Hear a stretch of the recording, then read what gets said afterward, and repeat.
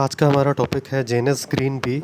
Genus green B जो है वो माइटोकॉन्ड्रियल स्टेन है जो लिविंग सेल्स में माइटोकॉन्ड्रिया को स्पेसिफिकली स्टेन करने के काम आता है। तो जेनस ग्रीन बी एक छोटा सा टॉपिक है और इसको काफ़ी इम्पोर्टेंट पॉइंट बनता है कि माइटोकॉन्ड्रिया के लिए वाइटल स्टेन क्या है।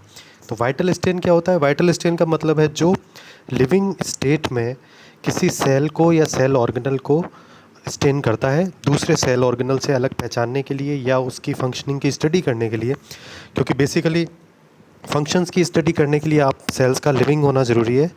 तो इस वजह से जेनस ग्रीन बी जो है वो स्टेन यूज़ किया जाता है। वाइटल स्टेन है माइटोकॉन्ड्रिया के लिए। ये जो आप स्ट्रक्चर देख रहे हैं फ्रंट स्लाइड पर, ये जेनस ग्रीन बी की केमिकल स्ट्रक्चर है। जेनस ग्रीन बी इसको इसलिए बोलते हैं क्योंकि एक जेनस ग्रीन जी नाम का वेरिएंट भी होता है। तो दो प्रकार के जेनस ग्रीन है, एक जेनस ग्रीन बी है और एक जेनस ग्रीन जी है। तो अंतर सिर्फ इतना है कि यहाँ पर जो आप इसमें दोनों तरफ आप देखिए, दोनों लेफ़्ट एक्सट्रीम लेफ़्ट में और एक्सट्रीम राइट में, यहाँ पर लेफ़्ट में और राइट में दोनों तरफ आपको डाई इथाइल और दूसरी तरफ डाई मिथाइल ग्रुप दिख रहे हैं। तो यहाँ पर जेनस ग्रीन जी जो होगा उसमें इस तरफ डाई इथाइल की जगह भी वहाँ पर भी दो डाई मिथाइल ग्रुप होंगे। तो यहाँ पर दोनों तरफ, एक तरफ डाई इथाइल है दूसरी तरफ डाई मिथाइल है। जेनस ग्रीन जी के अंदर दोनों तरफ डाई मिथाइल होंगे। सिर्फ दो मिथाइल ग्रुप का अंतर है जेनस ग्रीन बी में और जेनस ग्रीन जी में। ठीक है, तो उन दोनों में से जेनस ग्रीन बी को हम यूज़ करते हैं माइटोकॉन्ड्रिया के वाइटल स्टेनिंग के लिए। तो बेसिकली जेनस ग्रीन जो है, जेनस ग्रीन बी जो है वो एक बेसिक डाई है, वाइटल स्टेन है, use to study stain mitochondria supravitally. अब सुप्रा वाइटल स्टेनिंग क्या होती है ये लास्ट में मैं बताऊंगा आपको, जब इसका जेनस ग्रीन का अपन बात कर लेंगे पूरी।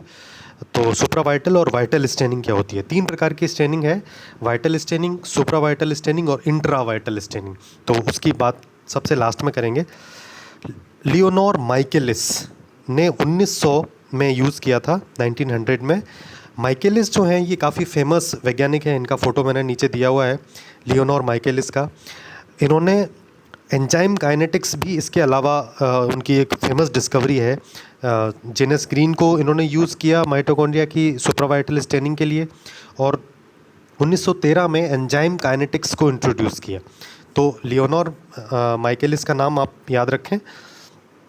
लेकिन माइकेलिस ने उस समय ये नहीं बता पाए वो कि जेनस ग्रीन स्पेसिफिकली माइटोकॉन्ड्रिया को क्यों स्टेन करता है। माइटोकॉन्ड्रिया को स्टेन करता है ये बात उन्होंने प्रूव कर दी, लेकिन वो ये नहीं बता पाए कि ऐसी कौन सी प्रोसेस है, स्पेसिफिक प्रोसेस, जिसकी वजह से ये सिर्फ माइटोकॉन्ड्रिया को स्टेन करता है, या माइटोकॉन्ड्रिया के लिए स्पेसिफिक स्टेन ये क्यों है, क्या क्या मैकेनिज़्म है जेनस ग्रीन बी की।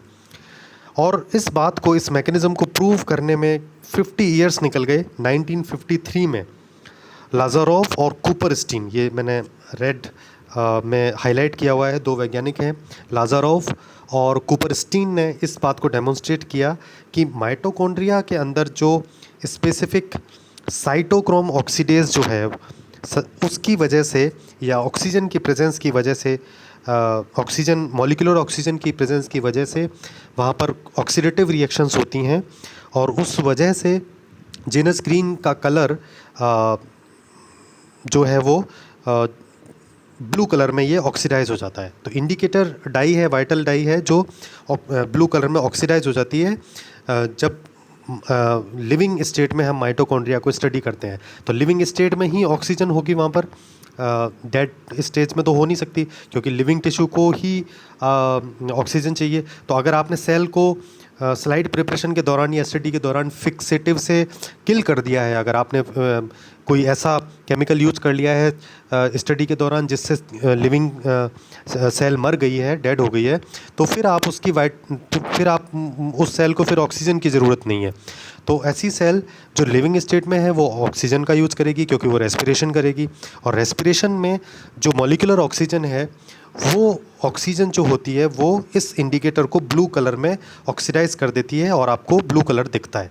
तो ऑक्सीजन की प्रेजेंस जो है उसको लिंक किया, ऑक्सीजन को रेस्पिरेशन से और रेस्पिरेशन को लिंक किया लाज़ारोव और कुपरस्टीन ने माइकेलिस की डिस्कवरी के करीब 50 साल बाद में। तो उन्होंने बताया कि आफ्टर ये इसमें बताया specific staining of mitochondria by Janus green B is due to their capacity to reoxidise the reduced dye by the way of cytochrome oxidase. तो दो वैज्ञानिकों के नाम याद रखने हैं, लियोनोर माइकेलिस जिन्होंने जेनिस ग्रीन बी को यूज़ किया, और उसका पीछे उसका जो सिद्धांत है वो लाज़ारोव और कुपरस्टीन ने बताया।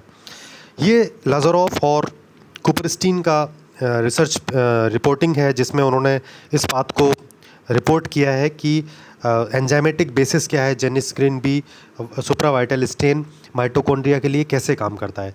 और ये जो पब्लिकेशन है ये 1953 का है, ठीक है। तो 1900 के अंदर माइकेलिस ने बताया, उसके बाद में ये डिस्कवरी लाज़ारोव और कुपरस्टीन की।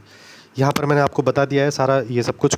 अगर ऑक्सीजन अब्सेंट है, अब्सेंस ऑफ ऑक्सीजन में इंडिकेटर जो है वो रिड्यूस हो जाएगा और पिंक कलर में कन्वर्ट हो जाएगा। अगर सेल डेड है तो Janus green B blue colour नहीं देगा, पिंक कलर देगा। अब ये मैकेनिज़्म बताई है जो कुपरस्टीन के ओरिजिनल जो ऊपर जो मैंने पेपर बताया है उसी का एक दूसरा डायग्राम है, वहीं से लिया हुआ है। तो यहाँ पर आप देख सकते हैं, यहाँ पर मॉलिक्यूलर ऑक्सीजन मौजूद है सबसे नीचे, फिगर 2 के जस्ट ऊपर आप देख सकते हैं ऑक्सीजन। तो अगर ऑक्सीजन नहीं होगी तो ये सारी प्रोसेस नहीं होगी। और हमने बीच में यहाँ पर ये लिख रखा है कि जेनस ग्रीन जो बी है वो ये चेन ऑफ रिएक्शन से ऑक्सीडाइज होता है और उसकी वजह से उसका कलर चेंज हो जाता है। तो अगर ऑक्सीजन नहीं है, फाइनल प्रोडक्ट नहीं है ऑक्सीडेशन का, ऑक्सीडेशन करने के लिए, तो जेनस ग्रीन का ऑक्सीडेशन नहीं होगा और वो ब्लू कलर में कन्वर्ट नहीं होगा। तो ये इसकी अंडरलाइंग मैकेनिज्म थी जो कुपरस्टीन ने और लाज़ारोव ने 1953 में प्रपोज की थी। अब फाइनल इस चीज़ पर आते हैं हम कि वाइटल स्टेनिंग क्या है और सुप्रा वाइटल स्टेनिंग क्या है। मैक्सिमम जो बुक्स हैं या मैक्सिमम इन्फॉर्मेशन जो आपको इंटरनेट पे मिलेगी या कहीं पर आप पढ़ेंगे तो वाइटल स्टेनिंग को वर्ड को यूज़ किया गया है सुप्रा वाइटल स्टेनिंग की जगह पर, जो कि एग्जैक्टली सही नहीं है। वाइटल स्टेनिंग का मतलब अपन ये लेते हैं कि जब अपन किसी सेल को या टिश्यू को जीवित अवस्था में उसकी स्टडी कर रहे हैं, लेकिन एक्चुअल में क्या होता है यहाँ पर लिविंग सेल्स जो हैं वो उस स्टेन को नहीं लेती हैं, वो उस स्टेन को एक्सक्लूड कर देती हैं। उसके लिविंग सेल्स के अंदर एंटर नहीं कर पाता है, डेड सेल को के अंदर एंटर कर पाता है। तो यहाँ पर जो सेकंड पॉइंट जो वाइटल स्टेनिंग में मैंने दिया है, living cells exclude the stains negatively, मतलब एक टिश्यू है जिसके अंदर कुछ सेल्स डेड हैं, कुछ सेल्स लिविंग हैं, तो डेड सेल के अंदर स्टेन एंटर करेगा तो आपको नेगेटिव स्टेन में, मतलब उसकी बैकग्राउंड में लिविंग सेल्स दिखाई देंगी। तो ये वाइटल स्टेनिंग है। तो सेल्स जो लिविंग सेल्स होंगी वो वाइटल स्टेन जो है वो उनके अंदर एंटर ना करके डेड सेल्स के अंदर एंटर कर रहा है और आपको लिविंग सेल्स जो है वो नेगेटिवली स्टेन्ड दिखाई देंगी। ओके, सुप्रा वाइटल स्टेनिंग में क्या है? सुप्रा वाइटल स्टेनिंग में लिविंग सेल्स जो हैं वो स्टेन को लेती हैं, डेड सेल स्टेन्स को नहीं लेती हैं। तो जस्ट अपोजिट है वाइटल स्टेनिंग का। कभी कभी इन दोनों टर्म्स को हम इतना ज़्यादा टेक्निकली यूज़ नहीं करते हैं, सुप्रा वाइटल स्टेनिंग या वाइटल स्टेनिंग को एक जैसा ही यूज़ कर लेते हैं, क्योंकि दोनों में बेसिकली स्टडी हम लिविंग सेल्स की ही कर रहे हैं, लिविंग टिश्यूज़ की ही कर रहे हैं, लेकिन दोनों का तरीका अलग है। सुप्रावाइटल स्टेनिंग में living cells have been remove from an organism, cells को अपन ऑर्गेनिज्म से हटा लेते हैं, लेकिन सेल्स अभी भी लिविंग होती हैं, उनके अंदर स्टेन एंटर करता है और ये स्टेन थर्ड पॉइंट में दिया हुआ है स्मॉल होता है, उसी वजह से वो सेल के अंदर सेल मेम्ब्रेन में एंटर कर पाता है। तो सेल मेम्ब्रेन के अंदर एंट्री होती है, लिविंग सेल्स के अंदर ही ये एंट्री हो सकती है और लिविंग सेल्स एक्चुअली स्टेन होती हैं, स्टेन से डेड सेल स्टेन नहीं होती हैं। ये वाली जो प्रोसेस है ये है सुप्रावाइटल स्टेनिंग। अगर डेड सेल स्टेन हो रही हैं, उसके अंदर स्टेन एंटर कर रहा है, लिविंग सेल्स के अंदर नहीं कर रहा है, नेगेटिव स्टेनिंग हो रही है, स्टेन नेगेटिवली कर रही हैं, इसका मतलब डेड सेल की बैकग्राउंड में आपको कुछ लिविंग सेल्स दिखाई दे रही हैं, तो आपने डिफ्रेंशिएट कर लिया डेड और लिविंग सेल्स को और इस प्रकार से स्टडी कर रहे हैं, तो वो हो गई वाइटल स्टेनिंग। और वाइटल स्टेन जितने भी होते हैं, ये लास्ट पॉइंट देखिए आप, ये बहुत बल्कि और बड़े मॉलिक्यूल्स होते हैं और ये सेल मेम्ब्रेन को, लिविंग सेल मेम्ब्रेन के अंदर एंटर नहीं कर पाते हैं, डेड के अंदर ही एंटर कर पाते हैं, क्योंकि डेड सेल की परमेबिलिटी जो होती है वो ख़त्म हो जाती है। तो सेल मेम्ब्रेन की परमेबिलिटी काफ़ी बढ़ जाने की वजह से उसके अंदर एंटर कर पाते हैं ये। तो दोनों जो टर्म्स हैं नॉर्मली हम मैक्सिमम बुक्स में देखेंगे तो दोनों के ही अंदर आपको ज़्यादा डिफ्रेंशिएट नहीं किया जाएगा, लेकिन इसको थोड़ा सा ध्यान में रखें। एक और मैंने यहाँ फर्स्ट पॉइंट पे लिखा हुआ है इंट्रावाइटल स्टेनिंग। ये सुप्रावाइटल के अंदर फर्स्ट पॉइंट में देखिए, इंट्रावाइटल स्टेनिंग क्या होती है? जब आप इन सिटू मतलब जब बॉडी में ही है कोई टिश्यू और वहाँ पर स्टेनिंग कर रहे हैं, इट मीन्स ये भी एक प्रकार की वाइटल स्टेनिंग है, लेकिन आपने सेल को लिविंग ऑर्गेनिज्म से उसकी बॉडी से निकाला नहीं है बाहर, अंदर ही है, बॉडी के अंदर है, और आप उसको उस अवस्था में इन सिटू ही उसकी स्टडी कर रहे हैं। और इस प्रकार का कोई स्टेन है जो इस तरह की स्टेनिंग में यूज़ किया जा सकता है। बेसिक ऑब्वियसली वो जो होगा वो लिविंग बॉडी उसको टॉलरेट कर पाएगी, सहन कर पाएगी। अगर आपने कोई पॉइजनस या फिक्सेटिव इस प्रकार का दे दिया जो बॉडी के लिए नुकसानदायक है, इस प्रकार के इंट्रावाइटल स्टेन अपन यूज़ नहीं कर सकते हैं। तो इंट्रावाइटल स्टेनिंग वो है जहाँ पर इन सिटू या बॉडी लिविंग बॉडी के अंदर अपन किसी स्टेन को इंजेक्ट करते हैं। तो इंट्रावाइटल स्टेनिंग, सुप्रावाइटल स्टेनिंग और वाइटल स्टेनिंग। तो याद रखें कि ये सुप्रावाइटल स्टेन है, एग्जैक्ट वर्ड जो है जेनेस ग्रीन बी के लिए है सुप्रावाइटल, और वाइटल स्टेन भी यूज़ कर लेते हैं, लेकिन ज़्यादा जो करेक्ट टर्म है वो सुप्रावाइटल स्टेनिंग है। तो इसको आप थोड़ा सा ध्यान रखें। स्टेन माइटोकॉन्ड्रिया के लिए vital staining Janus green B है, और इसका बेसिक प्रिंसिपल क्या है, और आगे भी हम माइटोकॉन्ड्रिया की स्टडी को आगे बढ़ाएंगे। अब स्ट्रक्चर की बात करेंगे। सबसे पहले अब नेक्स्ट वीडियो में अपन आउटर मेम्ब्रेन की बात करेंगे। माइटोकॉन्ड्रिया की आउटर मेम्ब्रेन क्या होती है, उसकी क्या विशेषताएं होती हैं।